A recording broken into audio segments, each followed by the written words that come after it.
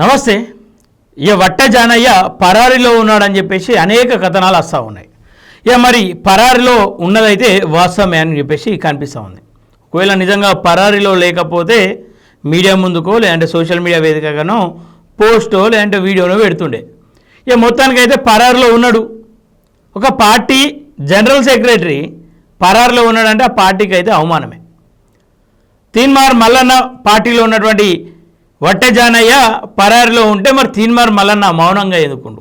ఇలా ర్యాపిడో డ్రైవర్లు ఊబర్ డ్రైవర్ల కష్టాలు తెలుసుకోవడానికి స్వయంగా ర్యాపిడో అవతారం ఎత్తినటువంటి తీన్మార్ మల్లన్న ఈరోజు ఈ అక్రమార్కులు ఎట్లా ఉంటారు, రైస్ మిల్ దోపిడీ ఎట్లా జరుగుతుందని చెప్పేసి తెలుసుకోవడానికి ఏమన్నా వట్ట జానయ్యతో స్క్రీన్ ప్లే దర్శకత్వం ఇట్లాంటి ఏమన్నా ప్రయోగాలు చేసినేమో అన్న ఒక అనుమానాలు కూడా వస్తూ ఉన్నాయి.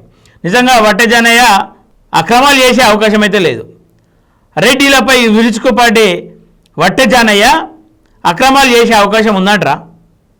ఏమో మరి, ఉంటే ఉండొచ్చు, ఇక లేదని చెప్పడానికి ఏం లేదు. కానీ ఈరోజు ఎందుకు మౌనంగా ఉండు వట్ట జానయ్య, ఎందుకు మౌనంగా ఉండు తీన్మార్ మల్లన్న అంటే సమాధానం ఖచ్చితంగా దొరకాల్సిందే. ఇలా బీసీల ముఖ చిత్రంగా కనిపించేటువంటి దొంగలు ఎవరైనా సరే వాడు తీన్మార్ మల్లన్న, నేనన్నా తీన్మార్ మల్లన్నకు ఒక అభిమాని. కానీ తీన్మార్ మల్లన్న వెనుక ఉండి తీన్మార్ మల్లన్న పేరు గతంలో వాడుకోరు, ప్రస్తుతం తీన్మార్ మల్లన్న పవర్ వాడుకుంటూ అనేక మంది దొంగలు ఎదుగుతూ ఉన్నారు. ఎదగని ఎవరిని పొట్టగొట్టకుండా ఎదిగితే ఎవరికి బాధ లేదు, ఎవరికి ఇబ్బంది కలిగించకుండా ఎదిగితే ఎవరికి బాధ లేదు. కానీ ఇక్కడ నిరుపేద కుటుంబాలను, నిరుపేదలకు అందాల్సినటువంటి రైస్ మిల్కు చెందినటువంటి బియ్యాన్ని అక్రమంగా తరలిస్తూ పట్టుబడి పరారులో ఉన్నాడు.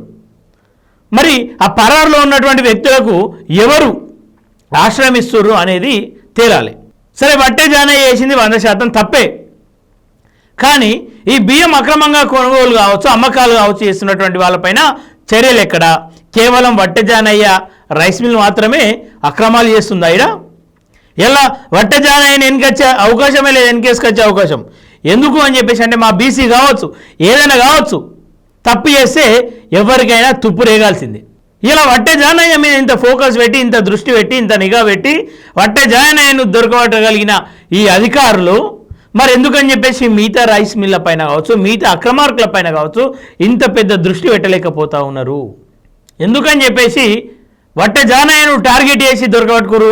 తప్పు చేసిండు కాబట్టి దొరికిండు, తప్పు చేయకపోతే దొరకకపోతుండే.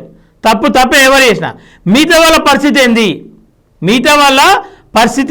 మిగతా వాళ్ళ పైన ఎందుకు దృష్టి పెడతలేరు? ఇగో ఏమని రాసుకొస్తా ఉన్నారు, వట్ట జానయ్యకు ఆశ్రమిస్తున్న కాంగ్రెస్ ఎమ్మెల్యే. మరి ఆ ఎమ్మెల్యే ఎవరు? ఆ ఎమ్మెల్యే పేరు ఎందుకు బయట పెట్టట్లేదు? సరే, తప్పు చేసిన వాళ్ళకు ఎవరైనా ఆశ్రమం ఇవ్వద్దు.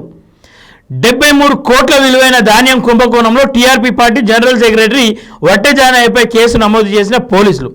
కేసు నమోదు అయి కొడుకు రిమాండ్ కావడంతో అరెస్టు నుండి తప్పించుకునేందుకు పరారులో ఉన్న వట్ట జానయ్య ఉమ్మడి నల్గొండ జిల్లాకు చెందిన ఓ ఎమ్మెల్యే వట్ట జానయ్యకు ఆశ్రమిస్తున్నట్లు సమాచారం. వట్ట జానయ్య తన ప్రాణ స్నేహితుడని పలు ఇంటర్వ్యూలో బహిరంగంగా తెలిపిన సదరు ఎమ్మెల్యే. ఎవరా ఎమ్మెల్యే? బహిరంగంగానే తెలిపిండు. మరి మీరెందుకని చెప్పేసి దీన్ని బహిర్గతం చేయలేకపోతున్నారు? మీరెందుకని చెప్పేసి వాళ్ళ పేరు బహిరంగంగా చెప్పలేకపోతా ఉన్నారనే ఒక ప్రశ్న. ఇక ధాన్యం కుంభకోణంలో నిందితుడిని అరెస్టు కాకుండా కాంగ్రెస్ ఎమ్మెల్యే కాపాడడంతో కుంభకోణంలో ఎమ్మెల్యేకు భాగస్వామ్యం ఉందనే అనుమానాలు ఉన్నాయి. తేలాలే, ఎమ్మెల్యే ఎవడవాడు? ఏ ఎమ్మెల్యే అయినా సరే అక్రమంగా ధాన్యం కొనుగోలు విషయంలో తప్పుడు వ్యక్తులకు మద్దతు చెప్తే ఖచ్చితంగా వాళ్ళను బహిర్గతం చేయాల్సిందే. మరి ఎందుకని చెప్పేసి ఈ జాప్యం చేస్తూ ఉన్నారు అధికారులు? ఎందుకని చెప్పేసి తప్పించుకున్నటువంటి వట్ట జానయ్యను తెలుసుకోవడంలో, కనుగోవడంలో ఎందుకని చెప్పేసి విఫలమయ్యారు? ఏ ఎమ్మెల్యే అయితే ఆశ్రమిస్తూ ఉన్నాడో ఆ ఎమ్మెల్యే పైన ఎందుకు నిఘా పెట్టలేకపోతా ఉన్నారు? ఇది పక్కన పెడదాం. ఇదే నల్గొండ వ్యాప్తంగా అనేక రైస్ మిల్స్ ఉన్నాయి, అనేక కుంభకోణాలు జరుగుతూ ఉన్నాయి. వాటిని ఎందుకు బయట పెట్టలేకపోతా ఉన్నారు?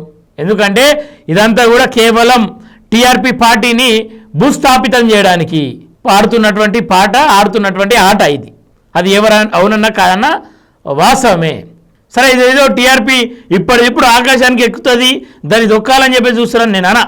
ఖచ్చితంగా తప్పు చేసిన వాడు దొరకాల్సిందే. మరి తీన్మార్ మల్లన్న ఏం నిర్ణయం తీసుకోబోతా ఉన్నాడో కూడా తెలియాలి. తీన్మార్ మల్లన్న వట్ట జానాయను కాపాడుతూ ఉన్నాడా, లేదంటే తీన్మార్ మల్లన్న వట్ట జానాయను పార్టీ నుండి సస్పెండ్ చేస్తూ ఉన్నాడా అనేది ఒక క్లారిటీ కావాలి. ఏదో ఒక తప్పు చేస్తేనే కొడుకును అరెస్ట్ చేసిరు, ఏదో ఒక తప్పు చేస్తేనే ఈయన భయపడి పరారిలో ఉన్నాడు. మరి తీన్మార్ మల్లన్న స్టాండ్ ఏందో తెలవాలి.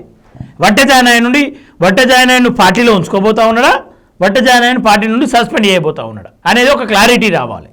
క్లారిటీ ఇవ్వకపోతే తీన్మార్ మల్లన్న అనేక ఇబ్బందులు పడే అవకాశం ఉంటుంది. ఎందుకంటే పార్టీ ఎదుగుతున్న క్రమం మొక్కై వంగని చెట్టై వంగున అని చెప్పేసి ఉంటుంది. మనం మొలికెత్తే సమయంలో ఇట్లాంటి అక్రమాలు కావచ్చు, ఇట్లాంటి వాళ్ళు బయటకు వస్తూ ఉంటే పార్టీకి చెడ్డ పేరు వచ్చే అవకాశం ఉంటుంది. సరే నీ పార్టీ నువ్వేమన్నా చేసుకోవచ్చు అంటుండొచ్చు, నా పార్టీ నా ఇష్టం భయని. కానీ ఈరోజు నువ్వు పార్టీ కోసం పార్టీ మీటింగ్లలో ఈ బహుజనులే ఆదర్శంగా తీసుకునేటువంటి గొప్ప వ్యక్తులను వాళ్ళని పార్టీలో అవమానించినావు. నేను అవమానంగా కూడా అది నీ ఆశీర్వాదం తీసుకునే ప్రయత్నం చేసినావు. సరే సంతోషం. మరి అట్లాంటి క్రమంలో అట్లాంటి గొప్ప వ్యక్తులను నువ్వు సూచించినప్పుడు, అట్లాంటి గొప్ప వ్యక్తుల ఆశీర్వాదాలు తీసుకున్నప్పుడు నీ అడుగులు కావచ్చు, నీ ఆలోచనలు కావచ్చు ఎంత పదునుగా ఉండాలి, ఎంత ఆదర్శవంతంగా ఉండాలి అనేది కూడా ఒక క్లారిటీ తెచ్చుకోవాలి. దానిపైన క్లారిటీ ఇవ్వాలి. సో తీన్మార్ మల్లన్న ఖచ్చితంగా మౌనం వీడాలి, తీన్మార్ మల్లన్న ఖచ్చితంగా మాట్లాడాలి. ఇది మా రిక్వెస్ట్ అయితే కాదు, ఖచ్చితంగా డిమాండ్.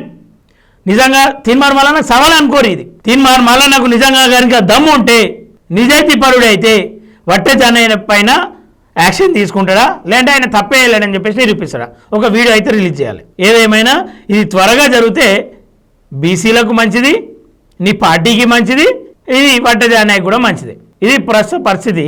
మరి చూద్దాం, వట్ట జానయ్య పరారులో ఉంటే కాపాడుతున్నటువంటి ఎమ్మెల్యేలు అంత కాపాడాల్సిన అవసరం ఏముంది. మరి నిజంగానే అవినీతి జరిగితే అవినీతిలో ఏమన్నా ఆయన పాత్ర ఉందా అనేది కూడా చూడాలి. టైం అయితే కాలం అన్నిటికి సమాధానం చెప్తా అంటారు. చూద్దాం, వేసి చూద్దాం.